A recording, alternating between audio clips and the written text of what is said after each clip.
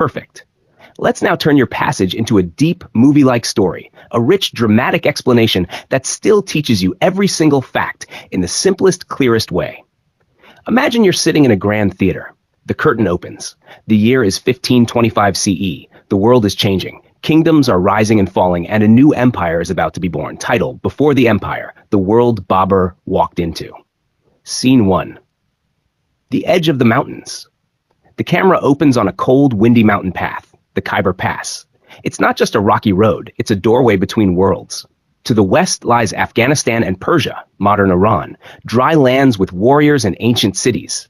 To the east lies the Indian subcontinent, a huge, rich, and chaotic land filled with countless kings, cultures, and dreams. Standing at this doorway is Babur, a young, ambitious warlord from Central Asia. He's the great-great-grandson of Timur, Tamerlane, and a descendant of Genghis Khan, a mix of royal blood and fierce ambition.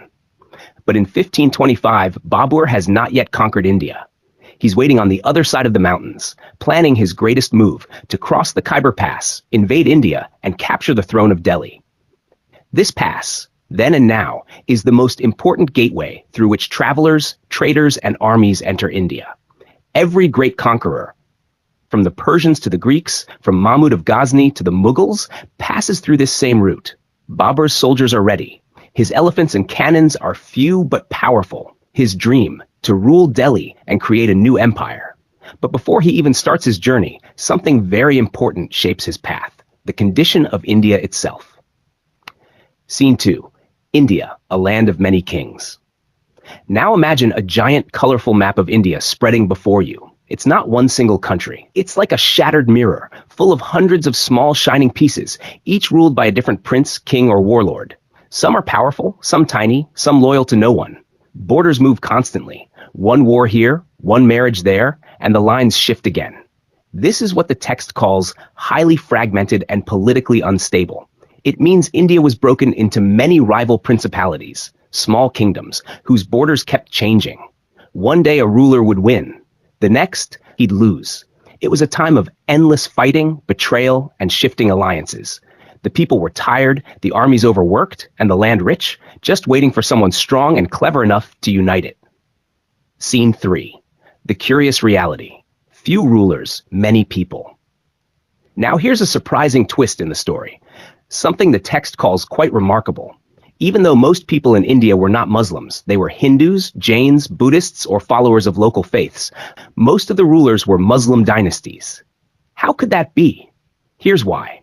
Over the centuries, many groups of Muslim warriors had come into India from the northwest: Turks, Afghans, and Persians. They set up kingdoms one after another, the Delhi Sultanate being the biggest. By 1525, India's map was dotted with Muslim-ruled states, though Muslims were only a small percentage of the total population. Most of these rulers were foreign in origin, especially Afghans, who had come from outside India, what the text calls of foreign, predominantly Afghan extraction. So in short, the rulers were mostly Muslim and many were outsiders. The people they ruled were mostly Indian Hindus. The country itself was broken into pieces. This made India both rich and vulnerable, perfect ground for someone like Babur to march in and change history. Scene 4. The pause before the story. The narrator now says, "Before we tell Babur's exciting life story, full of adventures and battles, let's stop and look more closely at these two big facts." India was divided and unstable. Many of its rulers were Muslim families from outside, mainly Afghans. Because without understanding this background, we can't understand why Babur succeeded so quickly. Scene 5. The question. What is India? Now the camera zooms out, far, far away, showing the whole subcontinent. The narrator asks a deep question. When we say India or the Indian subcontinent or Greater India, what do we really mean? Where does India begin or end? If it's called Indian, who belongs inside that idea? This is not an easy question. Even today, historians, geographers, and politicians don't completely agree. Why? Because the borders and identities have changed many times in history. Scene 6. The complicated answer. The narrator explains seriously. The answer is sobering and disconcerting, meaning it's not simple or comfortable. Even if we ignore the modern-day border fights between China and India, called Sino-Indian border disputes, there is no single, universally agreed map of what counts as the Indian subcontinent. Different people draw the map differently, depending on what they care about most. If you look at history, the borders are one way. If you look at language, they shift. If you look at religion, they change again. If you look at politics or geography, you get yet another version. So the idea of India is not a single shape. It's a story that changes depending on who is telling it. Scene 7. The sensitive name. Even the word Indian itself is sensitive. People who live outside modern India, like in Pakistan, Bangladesh, or Nepal, might not like being called Indian because they are now part of different countries. So many prefer a safer, simpler name, South Asian. It's a neutral word. It just says the southern part of Asia without taking sides. But it's also a bit empty. It doesn't tell us much about culture, history, or identity. That's why the author says it's non-committal, avoiding choice, and ultimately meaningless. It's like calling everyone people from somewhere down there. Not wrong, but not very meaningful either. Scene 8. Lines that carry feelings. The narrator then explains, whenever you draw a border or define what India means, you touch on deep emotions and politics. Because every boundary, whether based on religion, culture, or language, has a history of fights, migrations, and memories behind it. So every definition is political. That's why talking about Greater India or South Asia is never just geography. It's also about identity and belonging. Scene 9. The pause before the storm. The narrator ends with a few examples. It means he's about to give examples of how people define India differently. But the examples are not shown in this part of the text. So the scene freezes here, just before we dive into Babur's life and the rise of the Mughal Empire. Movie summary in simple lines. Scene title, key idea. 1. The edge of the mountains. Babur stands at the Khyber Pass, gateway to India. 2. India divided. India is full of small, unstable kingdoms. Foreign rulers. Many rulers are Muslim Afghans, though most people are not Muslims. The pause. Before Babur's story, understand India's political mess. 5. What is India? The meaning and borders of India are hard to define. 6. The complex answer. No single map. It depends on history, culture, religion, and politics. Sensitive name. People prefer South Asia to Indian. It feels safer. 8. Political borders. Every line on a map carries emotion and history. 9. To be continued. Next comes Babur's invasion. The Mughal story begins. Deep insights, so you think like a top historian. 1. Khyber Pass equals gateway of empires. Whoever controls it controls entry into India. That's why Persians, Greeks, Afghans, and Mughals all pass through here. 2. Fragmentation equals opportunity. A divided India was easy for a new conqueror to attack. Babur used that chance. 3. Foreign rulers, local people. The rulers were mostly outsiders, but they ruled Indian populations. This mix created India's multicultural past. 4. India equals idea, not just land. India isn't only geography, it's a civilization that's changed shape many times. 5. Names carry power. Words like Indian or South Asian aren't just labels, they shape how people see identity and belonging. Memory anchors, so you never forget, Khyber is the key, the doorway through which history enters India. Fragmented India, like a puzzle with shifting pieces.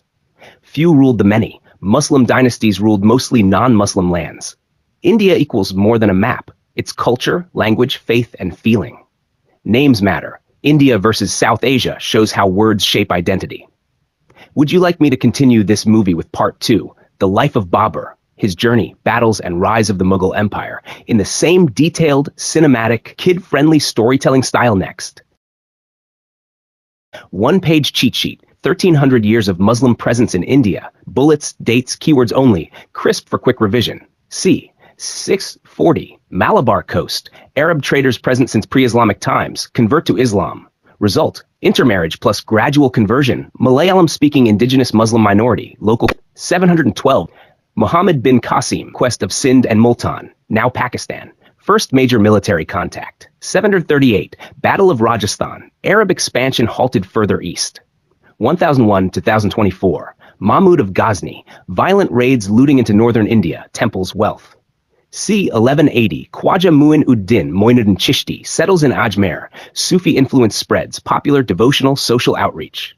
1192 to 1526, Delhi Sultanate, period of Muslim rule centered on Delhi. Mamluk slave, 1206 to 1290. Khilji, 1290 to 1320. Tughlaq, 1320 to 1414. Sayyid, 1414-1451. Lodi, 1451 to 1526. c. 1340, Sultanate territorial apogee, largest extent. 40, rapid decision, many smaller principalities. 1526, Babur, Timurid, king of Kabul, defeats Ibrahim Lodi, First Battle of Panipat. Delhi Sultanate ends. Mughal era begins. Must-know keywords: Malabar, Arab traders, conversion, intermarriage, Sindh, Muhammad bin Qasim, Battle of Rajasthan, Mahmud of Ghazni, raids, loot, Sufi, Moinuddin Chishti, Ajmer, Delhi Sultanate, Mamluk, Khilji, Tughlaq, Sayyid, Lodi, apogee 1340, fragmentation, Babur, First Battle of Panipat, Mughal Empire. Quick facts you can add high value. Spread routes, trade, south versus military northwest, remember both. Sufism equals major reason for peaceful mass acceptance in many areas. Delhi Sultanate introduced Persianate administration, architecture, and coinage, use in essays. Mahmud's raids, more for wealth than permanent conquest. 1526, turning point, long Mughal consolidation follows.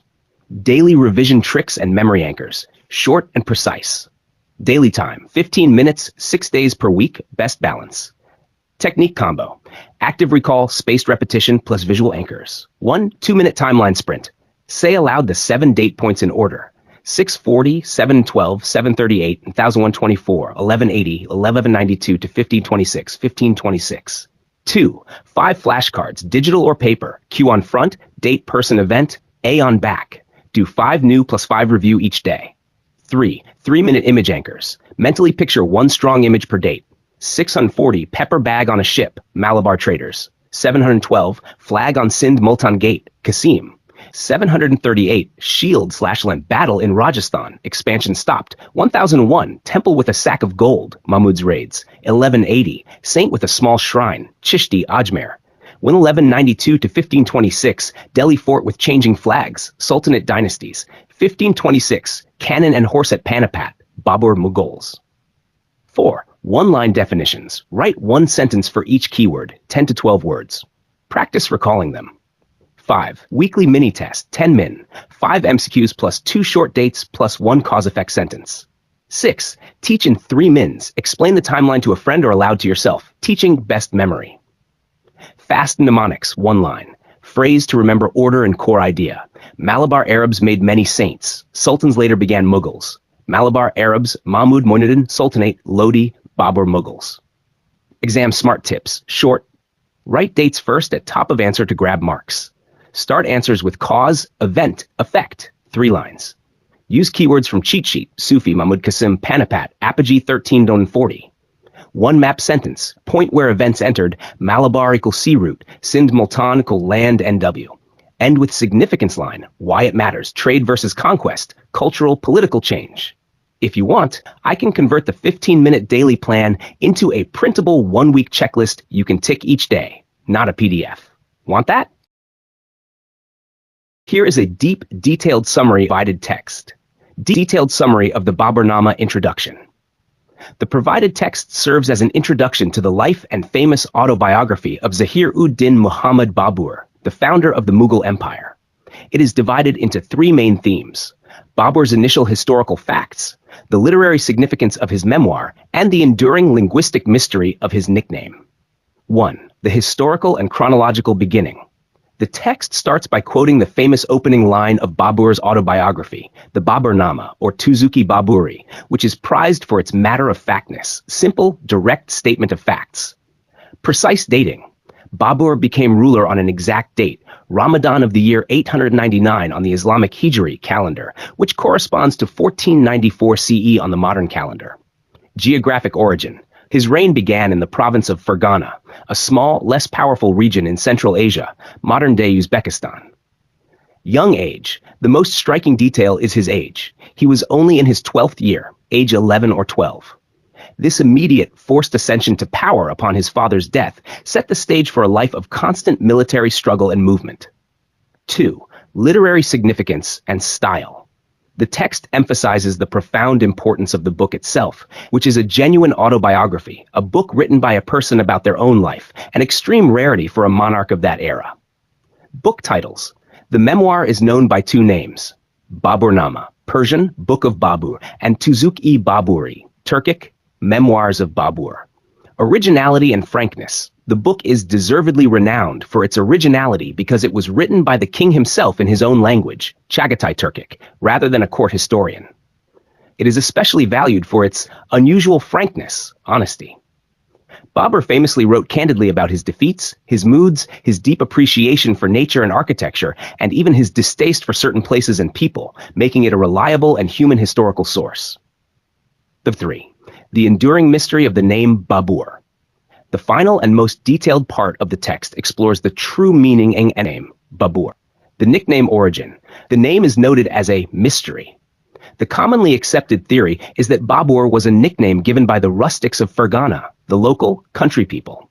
They found his official, formal Arabic name, Zahir-ud-Din, protector of religion, too long and difficult to pronounce, and thus created the simpler moniker. The popular tiger interpretation. Popular belief and many historians link the name to the Persian word Babur, meaning tiger, or sometimes leopard.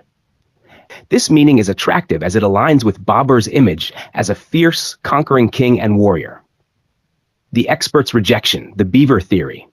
The text introduces the authoritative view of Wheeler M. Thaxton, a Harvard professor and eminent Orientalist who translated the Baburnama into English. Thaxton strongly disagrees with the tiger theory. He asserts the correct name is definitively Babur, Babur, regardless of various spellings, Babur, Babar. The name is ultimately derived from the Indo-European word for beaver. This suggests an older linguistic root entirely separate from the Persian word for tiger. Sure, here's your text copied exactly as it is without any change. This is a comprehensive, deep, detailed summary of the latest text you provided, covering the continued debate over Babur's name and the remarkable honesty of his memoirs. Deep, detailed summary, honesty and the name debate. Use the scholarly discussion on Babur's life and work, focusing on a rebuttal to the beaver, etymology of his name, and a rich analysis of his commitment to absolute historical truth in the Baburnama. 1. The linguistic debate, tiger versus beaver revisited. The summary challenges the conclusion of the eminent Orientalist, Professor Wheeler M. Thaxton, who asserted that the name Babur is derived from an ancient Indo-European word for the cycle argument. While respectfully deferring to Thaxton's expertise, the text suggests that Babur, being fluent in Persian, must have been aware of the common association between his name and the Persian word Babur, meaning tiger, the magnificent king of the jungle. The king's preference. Regardless of the name's root, Babur would have undoubtedly preferred the association powerful tiger over an innocuous rodent, the beaver. This is a common-sense argument based on the political and cultural need for a king to project strength. The uncertainty. The text notes the possibility that the name's written form, Babur, with a long sound, might be a corruption or misspelling of the shorter-sounded word for tiger, text, Babur. Ultimately, the text concludes that the true linguistic origin of the name will, most probably, never be known. 2. Babur's unprecedented commitment to truth. The discussion transitions to the extraordinary motivation behind the writing of the Baburnama, historical accuracy, which sets it apart as a literary and historical masterpiece. Sole motivation. The text states that historical accuracy was the sole motivation for Babur's writing. He explicitly denies any intent to compliment myself, vowing only to set down exactly what happened. Radical frankness. Babur's commitment to truth extended to his private and public relationships, where he reported every good and evil he saw.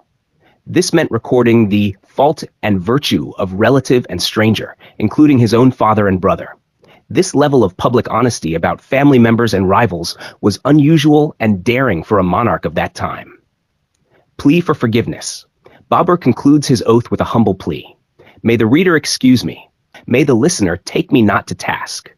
He recognized that his intense frankness about others' shortcomings might cause offense, and he asked for the reader's understanding. 3. The context. A factual description of Fergana. Instead of immediately launching into his dramatic tale of ascending the throne at age 11, Babur dedicates 5 pages of his memoir to a dry, businesslike description of his home province, Fergana. This structural choice reinforces his focus on setting the historical context first. Geographic vulnerability. Fergana is described using old geographic terms in the fifth clime, noting its location on the edge of the civilized world. Threats and security. Babur highlights the constant dangers. To the north, old cities were ruined, and no longer any civilization existed due to the destructive passage of the Mongols and Uzbeks, nomadic raiders. The province was protected by mountains on all sides, meaning foreign enemies cannot penetrate, except for the western side, which was open toward the major urban centers of Samarkand and Khodzent. This made the western border the most vulnerable. Limited resources. Most critically, Babur provides the military budget. The smallish province was fertile, grain and fruit are plentiful, but its total annual income, if justly managed, could only maintain 3,000 to 4,000 men. This detail is crucial because it immediately explains why the young boy king was on a rather shaky throne. His small kingdom lacked the military power to secure itself against larger regional threats.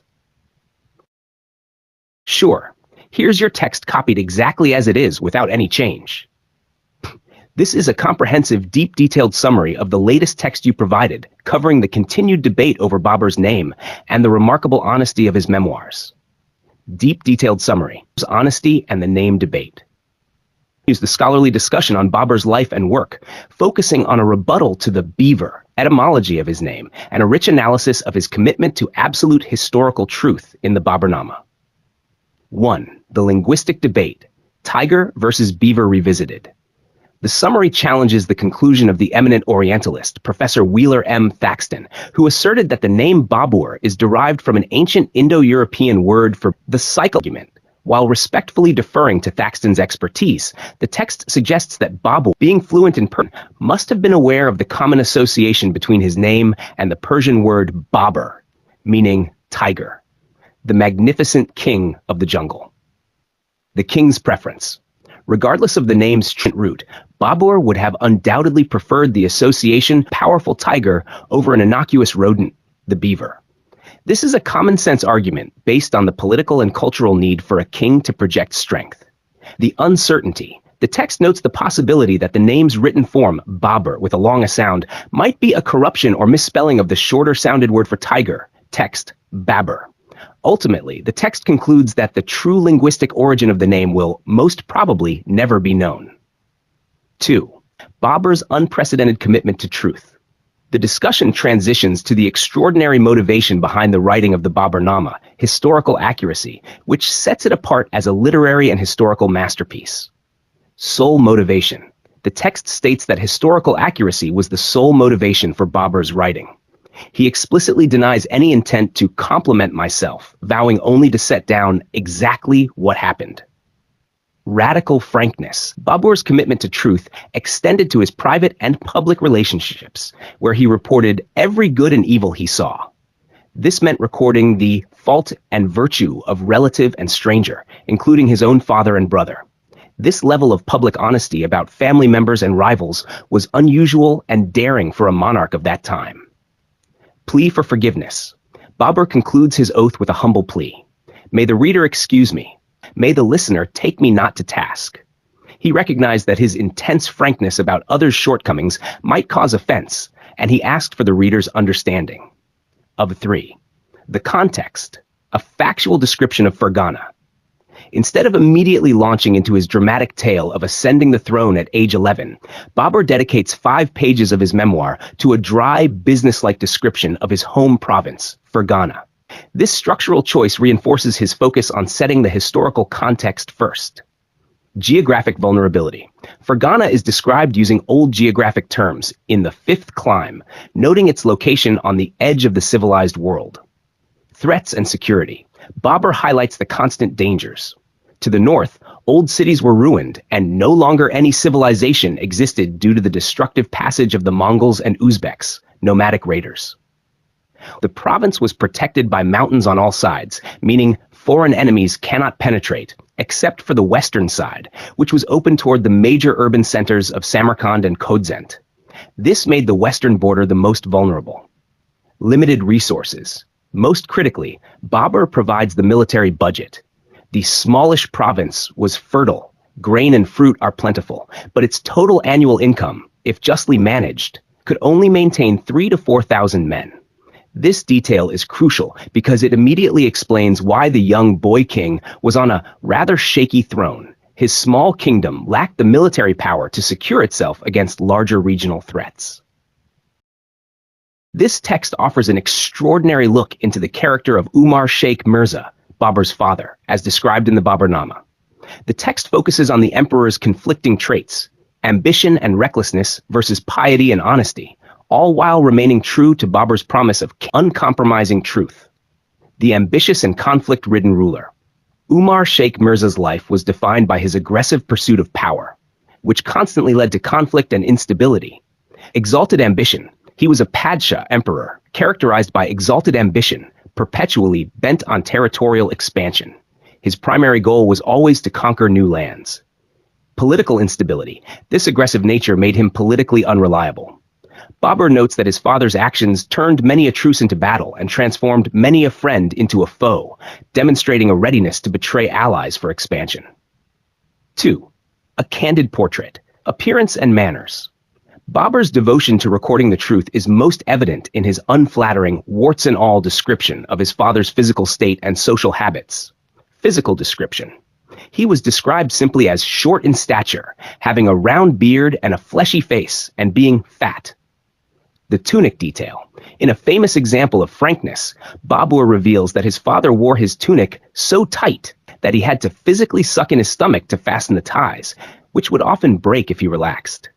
This detail reveals his father's vanity and lack of physical discipline. Unceremonious nature.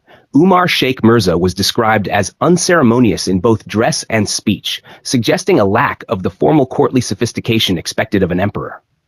3. Vices, literary faults, and hereditary habits.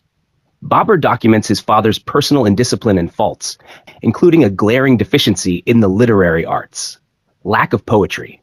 Though well-read and literate and possessing some poetic talent, the emperor paid no attention to composing poetry.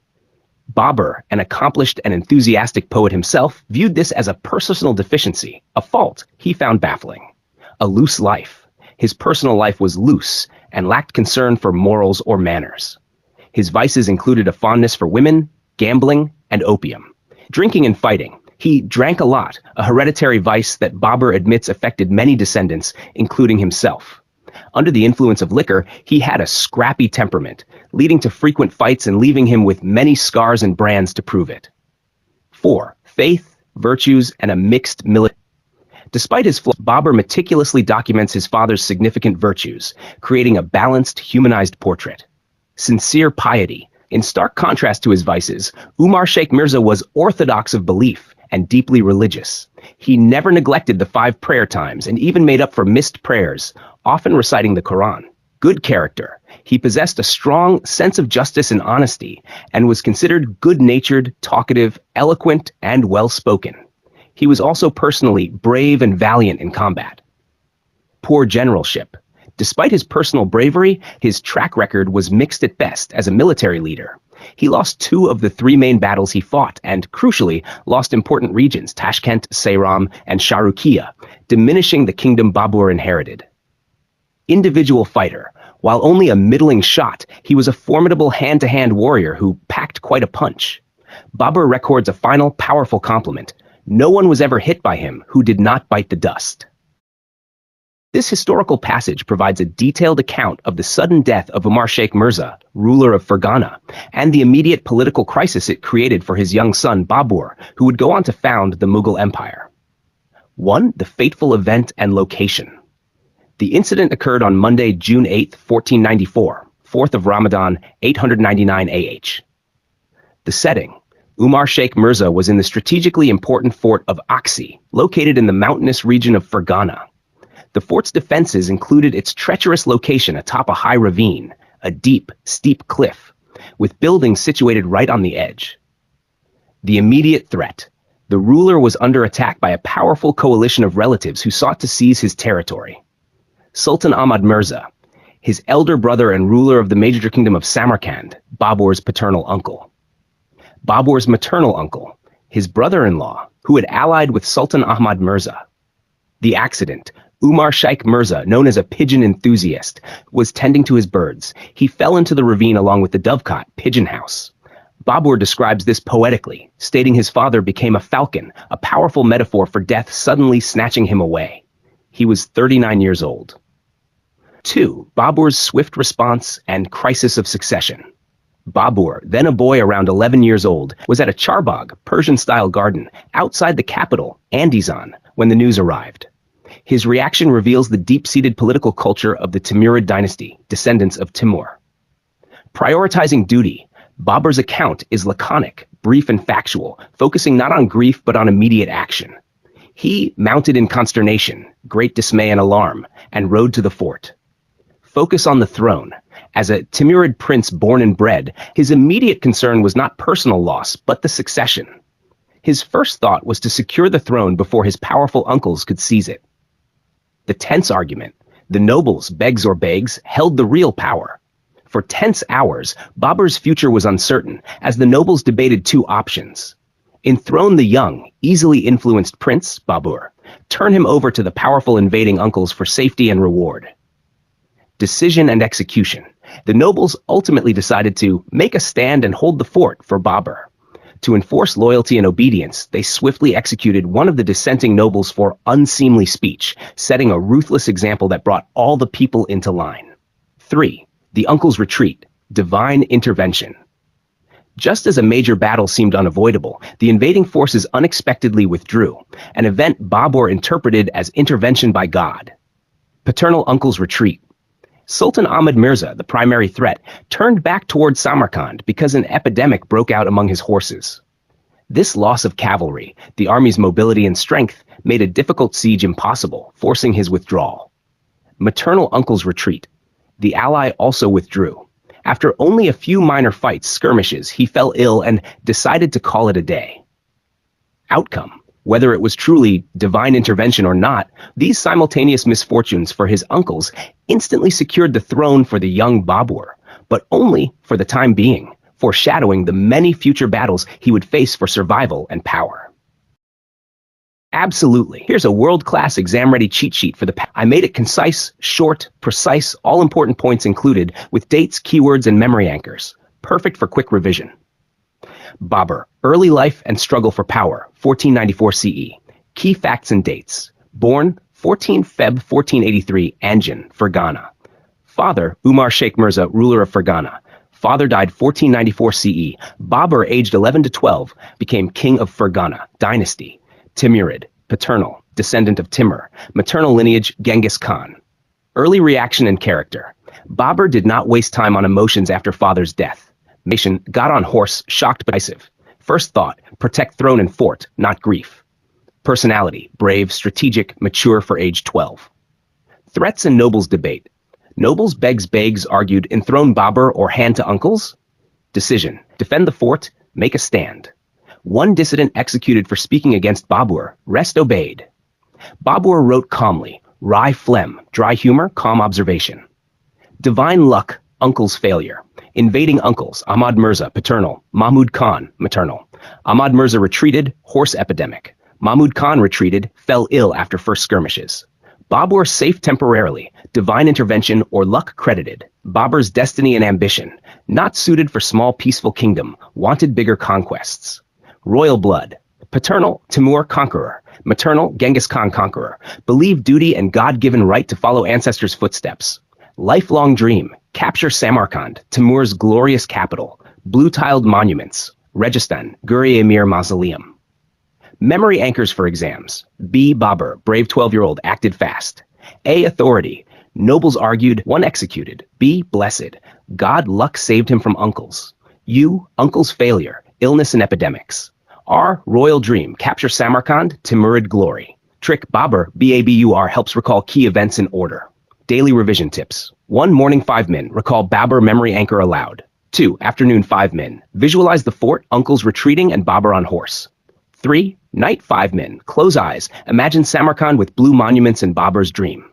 4. Weekly. Quickly draw a mini timeline. Father dies, fort defended, uncles retreat, dream of Samarkand. Extra keywords for quick recall. 1494 CE, father dies. Babur 12, king of Fergana, beg, nobles. Consternation, shock, worry. Rai phlegm, calm, dry humor. Divine intervention, luck, God saved. Timur plus Genghis, ancestry, destiny to conquer. Samarkand, ultimate dream. If you want, I can make an even more compact 1-min visual memory chart for Babur's early life, so you can revise in 1 minute before exams and never forget. Do you want me to make that? Deep summary, 100 days at Samarkand, concise but thorough.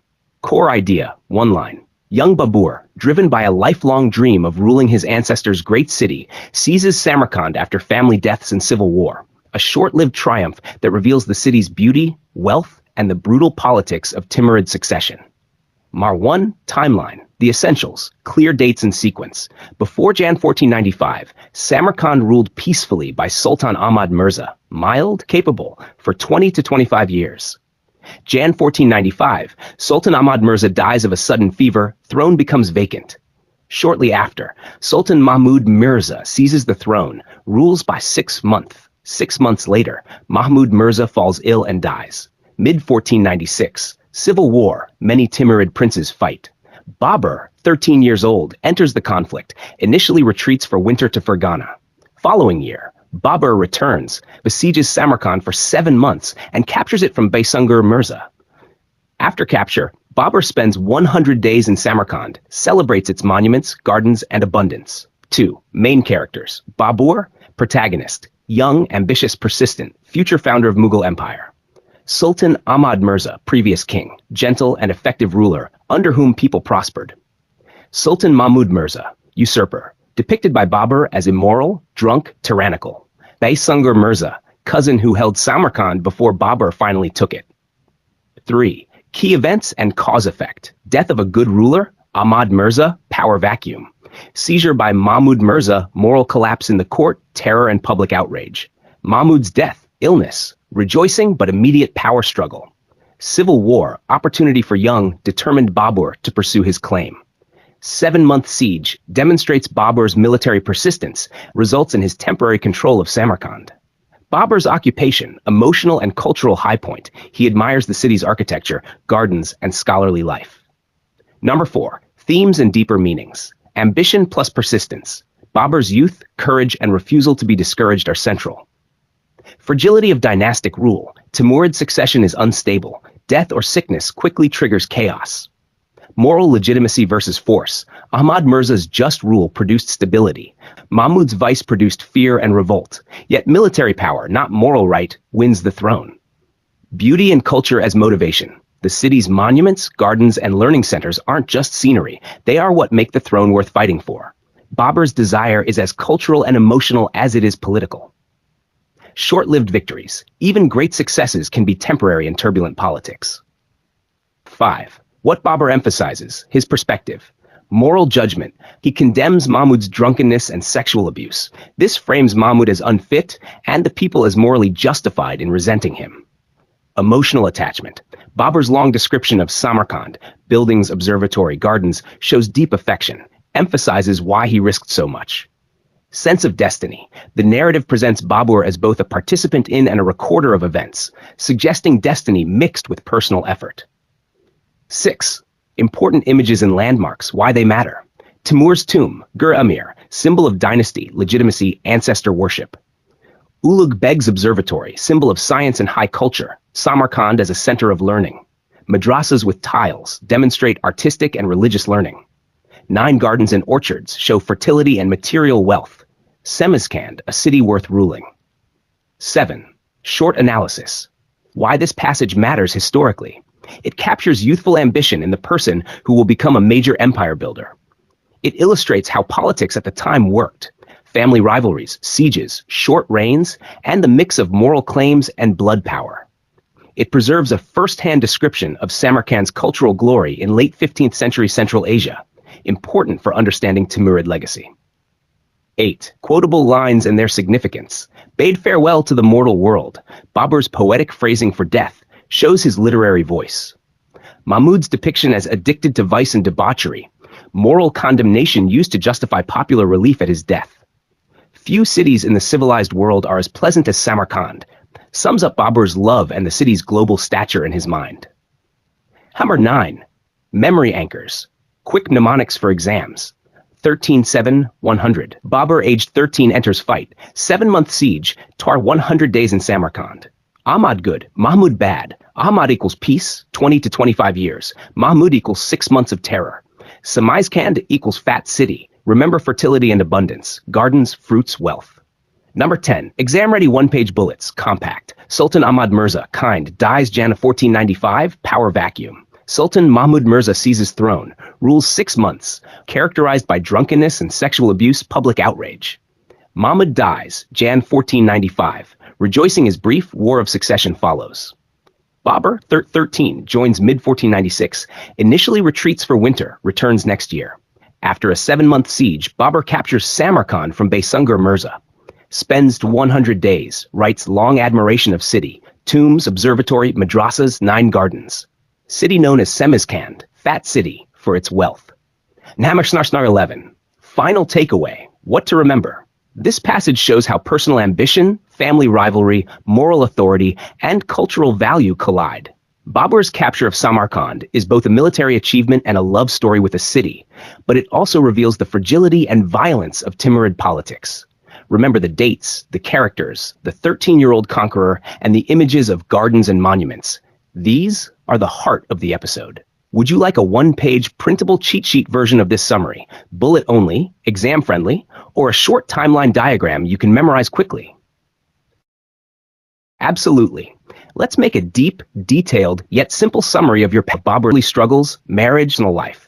I will include facts, feelings, dates, and events in a structured way so you can understand fully. Babur, throneless but determined. Detailed summary. 1. Early struggle and persistence. After losing his throne, Babur was not defeated in spirit. He believed that a true ruler must keep trying, even if initial attempts fail. Quote, "When one has pretensions to rule and a desire for conquest, one cannot sit back and just watch if events don't go right once or twice." He regained territory from his younger brother, little by little, showing patience and determination. Family and followers. His mother, grandmother, and families of his soldiers could safely join him once he had regained some land. Women's safety. In the Timurid dynasty, women were usually protected during civil wars and could follow their men freely. 2. Marriage to Aisha Sultan Begum. Babur's first wife was Aisha Sultan Begum, his cousin and daughter of the late Sultan Ahmad Mirza. The marriage was arranged because his mother insisted, and it took place in Kojent, Shaban 905, March 1500. The marriage was not happy. Babur was shy, bashful, and in the early days he visited her only once every 10 to 20 days. Over time, he lost all fondness for her, remaining shy, and his mother had to force him to visit her regularly, like a strict army officer, quartermaster. 3. Babur's personal feelings. Babur admits openly that he became a boy from the camp market. Before this, he had never felt desire or love for anyone. His feelings were mostly platonic admiration, sexual. Because he was too shy to even look at or when he accidentally faced the boy, he felt extreme embarrassment, showing his intense shyness. Family events and separation. During Babur's second capture of Samarkand, Nav 1500, May 1501, Aisha gave birth to a daughter who died shortly after birth. Before the Tashkent debacle, late 1501, early 1503, Aisha left Babur, influenced by her elder sister. Babur records these events matter-of-factly, showing emotional detachment. Part 5. Later marriages and legacy. Babur was not particularly interested in women, not much of a ladies' man. Following royal expectations, he married other women and fathered 4 sons. Unlike later Mughal emperors, e.g. Shah Jahan, who built the Taj Mahal for Mumtaz Mahal, Babur's memoirs show no record of passionate romantic love. 6. Key themes and insights. 1. Persistence, up despite losing the throne. 2. Mother, grandmother, and soldiers' families played an important role. 3. Shyness and personal preference. His emotional life did not follow traditional expectations. 4. Arranged marriage challenges. Babur's first marriage was unhappy due to personal feelings and circumstances. 5. Historical honesty. Babur's memoirs are unusually honest and frank about his feelings and life events. 6. Tragic events. Death of infant daughter and wife, leaving show hardships even for royalty. 7. Important dates to remember. March 1500, Shaban 905. Married Aisha Sultan Begum. Nav 1500, May 1501. Second capture of Samarkand. Baby daughter died. Late 1501, early 1503. Tashkent debacle. Aisha left Babur. 8. Summary in one line. Babur, despite losing his throne, persisted patiently to regain power, faced personal and emotional struggles in his first marriage, was shy and honest about his feelings, and eventually followed royal duties by marrying other women and continuing his lineage, all while showing remarkable resilience and frankness in his memoirs. If you want, I can now make a super concise, exam-ready version, all in one-page bullets, with dates, names, and keywords only for fast revision, keeping all important points intact. Do you want me to make that next? Absolutely. Here's the most detailed, clear, and deeply explained summary of the entire event you gave, written in the simplest, most understandable language, as if I'm teaching a small child who wants to become the best history expert in the world. We'll go step by step, showing the background, the causes, the plan, the attack, and the result, all in smooth order. Deep, detailed summary. Babur's recapture of Samarkand, 1500 CE. The background. Babur's struggle to reclaim his kingdom. By the early 1500s, Babur, a young prince of the Timurid dynasty, was struggling to survive in Central Asia. He had once ruled Fergana, but lost it due to civil wars and betrayal by nobles. Still, Babur refused to give up. Through courage, planning, and persistence, he managed to recover much of his lost territory by the beginning of 1500 CE. This success made his younger half-brother, Jahangir Mirza, realize that Babur was becoming too powerful to defeat. Hack the truce, peace between brothers. To avoid further bloodshed, Jahangir proposed a truce, temporary peace agreement. According to their deal, Fergana, their home province, would be divided into two parts for now. Both brothers would unite their armies and fight together to recapture Samarkand, their ancestors' proud capital. Once they succeeded, Babur would rule Samarkand. Jahangir would continue to rule Fergana. This agreement showed that even though they were rivals, they could unite when a family goal was at stake. The situation in Samarkand, a great city under foreign rule. However, there was a big problem. Samarkand was no longer in Timurid hands. It had been captured by a powerful new conqueror, Shaybani Khan, the king of the Uzbeks. Who was Shaybani Khan? Shaybani Khan was a fearsome warrior from the north of Central Asia. He was very proud of his ancestry, claiming descent from Genghis Khan, the world-famous Mongol conqueror. He believed it was his sacred mission to remove the Timurids, Babur's family, from Central Asia completely. He carried out this mission with ruthless brutality, killing or driving out the Timurids wherever he found them. Thus, Babur's plan to retake Samarkand was not just about getting his dream city back, but also about defending the honor of his entire family against a deadly enemy. Samarkand, more than a city, a symbol of honor. For Babur, Samarkand was not just a place. It was the heart of the Timurid legacy, the city built and ruled by his great ancestor Timur, Tamerlane. So, winning Samarkand back meant restoring family pride, reviving the glory of his dynasty, proving that he was a true Timurid leader. Therefore, the coming battle was not only about territory, it was about honor and identity. Lady Luck smiles. A chance appears. July 1500. In July 1500, fortune finally favored Babur, something very rare in his early life. He arrived near Samarkand in the middle of the night, the dead of the night. He noticed something extremely lucky. Shaybani Khan's main army was camping outside the city walls in the gardens of Samarkand. The soldiers were sleeping deeply, unaware of any danger. Babur saw this as his golden opportunity. He thought to himself, open quote, "If I can quietly enter the city walls, the people inside will join me. They don't love their new Uzbek rulers anyway." Close quote. This was a brilliant and correct assumption. The people of Samarkand were angry at the Uzbeks' harsh rule and were ready to support anyone who could free them. The night attack. Silent and swift Babur selected around 70 of his best men, brave, skilled, and loyal soldiers. He gave them a daring and dangerous task. What they did: 1. They climbed the city walls quietly, one by one, under darkness. 2. They killed the guards, sentries, at the city gate silently. 3. Then Babur and the rest of his army entered the city through the gate unharmed. No one noticed until it was too late. This move showed Babur's intelligence and boldness. He used strategy and surprise instead of brute strength. The Purge. Killing the Uzbeks. Once inside the city, Babur's hopes came true. The common people of Samarkand, especially the lower classes, riffraff, who hated their Uzbek masters, joined Babur immediately. Together, Babur's soldiers and the local citizens started a purging process, removing the Uzbeks from the city completely. There were about 500 Uzbek soldiers inside the city walls. Almost all of them were killed. Many were butchered in their sleep. Others were chased through the streets and lynched by angry mobs. It was violent and bloody, but it worked. Babur took full control of Samarkand that very night. Shaybani Khan's reaction. Fury and humiliation. When Shaybani Khan woke up and realized what had happened, it was already too late. The city gates were locked and barricaded tightly from the inside. Babur's men controlled the entire city. Shaybani's soldiers outside were cut off and helpless. Shaybani Khan was burning with rage. The text says he was seething with anger and vowing bloody revenge. But at that moment, he could do nothing. His army was outside, unprepared, and Babur had already fortified the city. So Shaybani Khan had no choice but to retreat quietly. The text says he slinked off, meaning he left silently and shamefully. However, his vow of revenge was deadly serious. He would not forget this humiliation.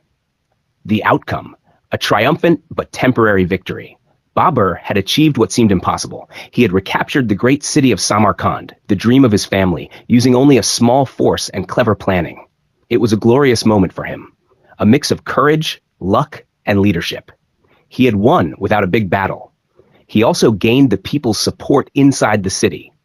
But, and this is very important, this victory was short-lived. Shaybani Khan would soon return, stronger than ever, and Babur's troubles were far from over.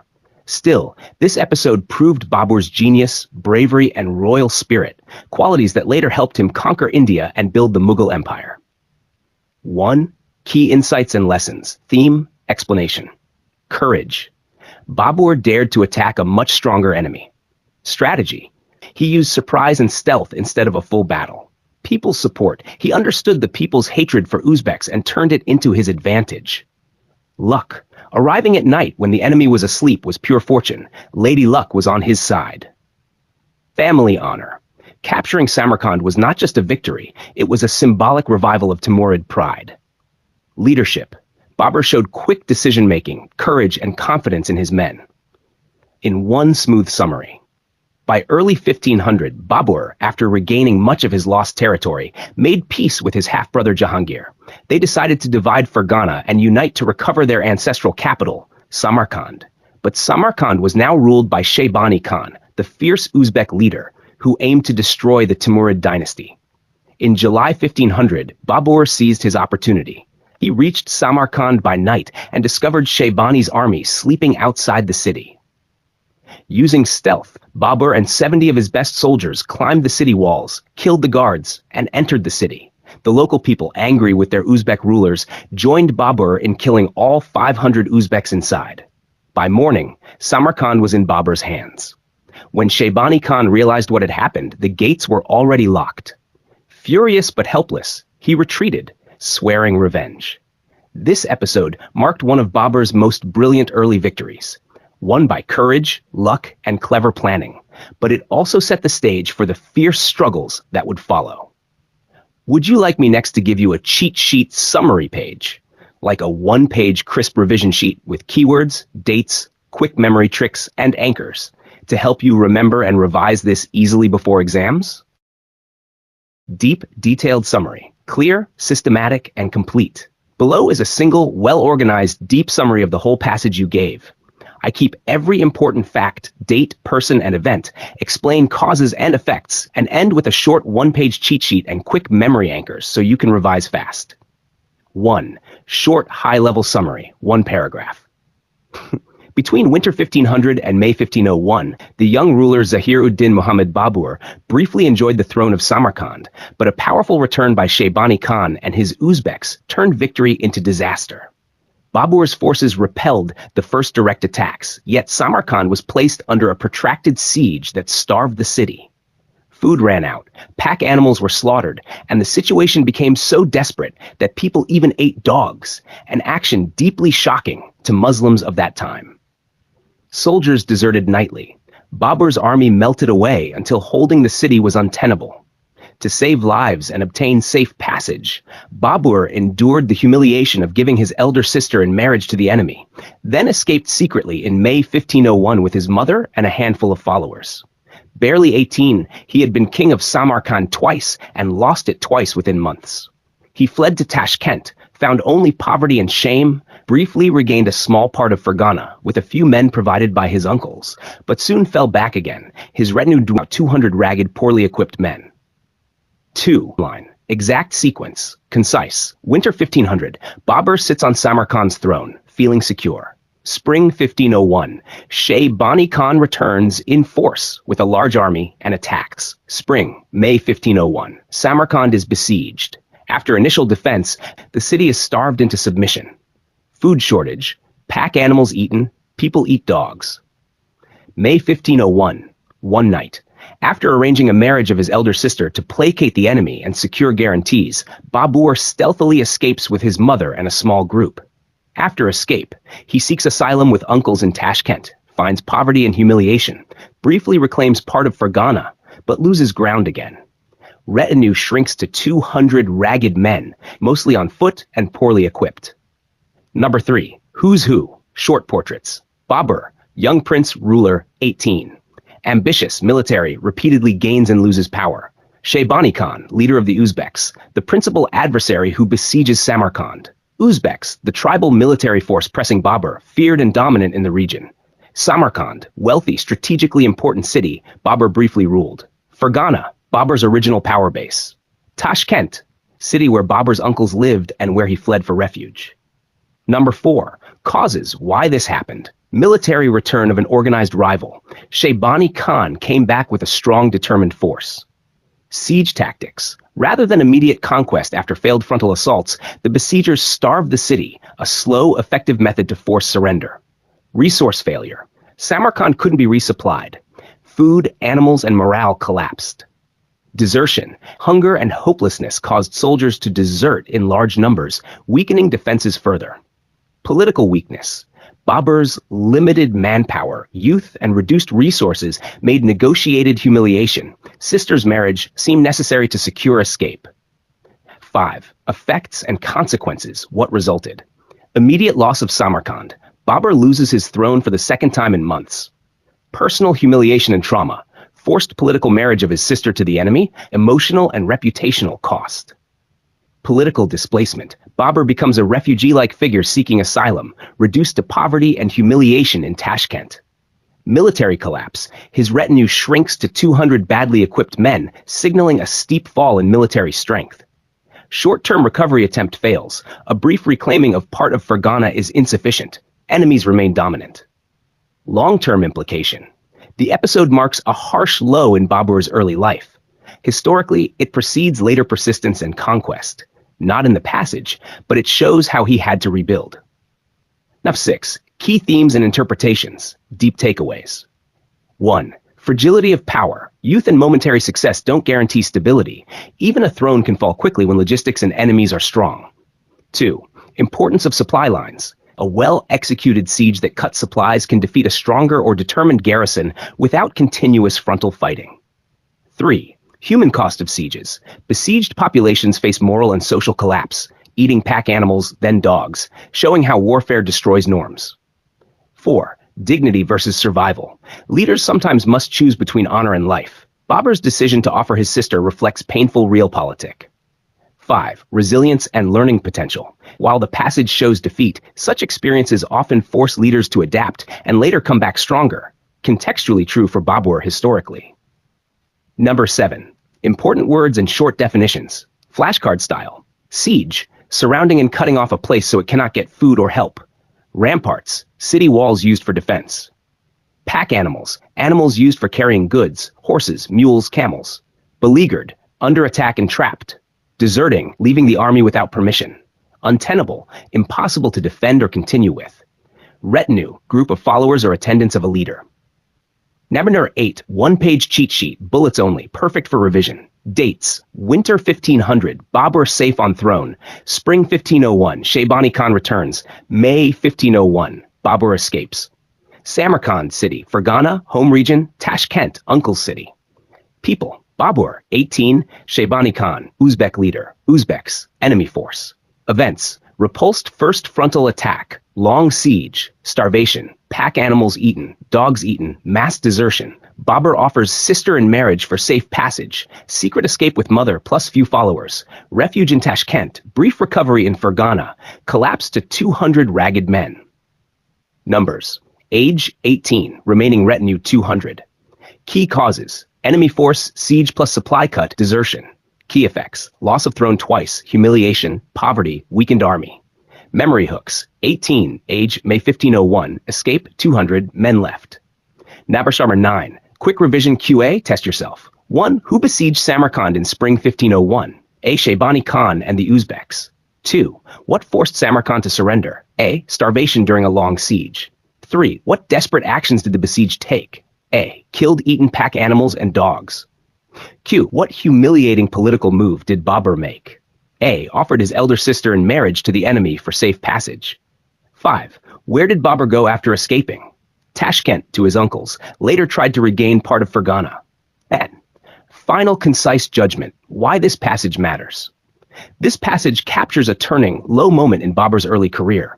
It shows how military pressure, logistical collapse, and political desperation can transform a short period of triumph into absolute defeat and humiliation. It humanizes historical warfare, hunger, desertion, moral compromise, and explains why this period was decisive in shaping Babur's long-term resilience and strategy.